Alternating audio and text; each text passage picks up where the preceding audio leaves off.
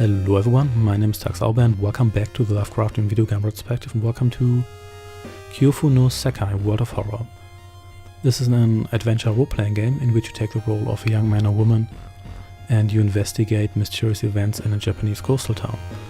And needless to say, those events are all related to ancient entities. The game is an adventure and a role-playing game. The adventure aspect is mainly represented by traveling from location to location. You search for items, you talk to people, you witness certain events, stuff like that. But there's also a very strong role-playing aspect to the game. You have various stats, such as strength for fighting, perception to notice things. You also have reason, which is this game's sanity stat.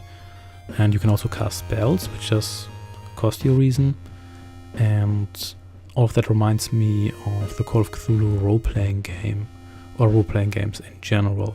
You can also gain experience, mainly by investigating, uncovering things, and also by fighting, even though the game doesn't really have a strong focus on fighting, and oftentimes fights should be avoided because they can be rather lethal, and most of your characters aren't really outfitted to take on all dangers head on.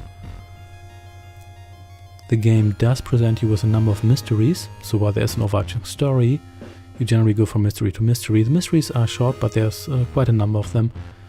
And the game does do a lot of things hands-off. For example, when you come to a new location, the game often makes a perception check for you, so you don't necessarily always have to pick actions.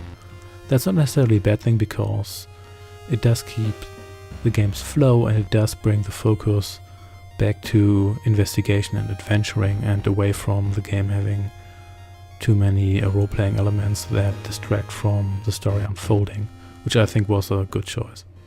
With regard to the game's inspirations, as you can see, the game looks rather old, and that's intentional. It does mimic the aesthetics of Macintosh games from the 80s, and in my opinion it does so quite well. It fits the game very well because I did get a strong vibe of adventure games and visual novels for the FM Towns and the PC 98 or 99, both of which are Japanese home computers from this game here. And I think that was quite a pleasant inspiration.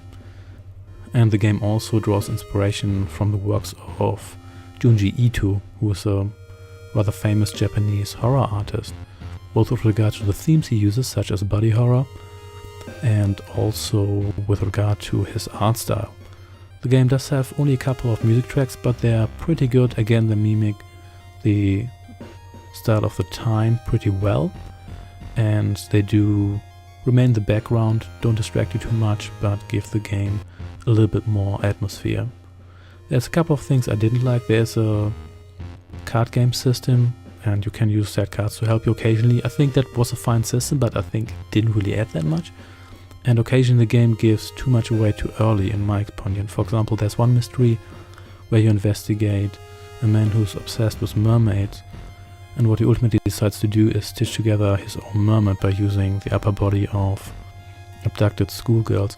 And that's not a spoiler because that is actually in the mystery's description, so I stumbled upon that almost seconds after starting the game. The game doesn't always do that, but occasionally I have the feeling it gives a little bit too much away, and occasionally a lot of things remain unresolved, but that might just be solved by replaying the game a couple more times, and maybe even replaying mysteries a couple of times and taking a different approach, which would actually turn this into a feature. The game also makes a good effort about not dividing into good and evil too much. For example, you might run into someone who's associated with a cult, but that doesn't necessarily mean that you should just try to stab them or that they are evil. Instead, you might actually find allies here as well, so not everybody who's associated with the creatures you face is necessarily evil, which I think is also quite laudable. The game is also free, so if this game looks good to you, there's little reason not to check it out, and I do wholeheartedly recommend this game. Thanks for watching, and I shall see you next time. Take care and goodbye.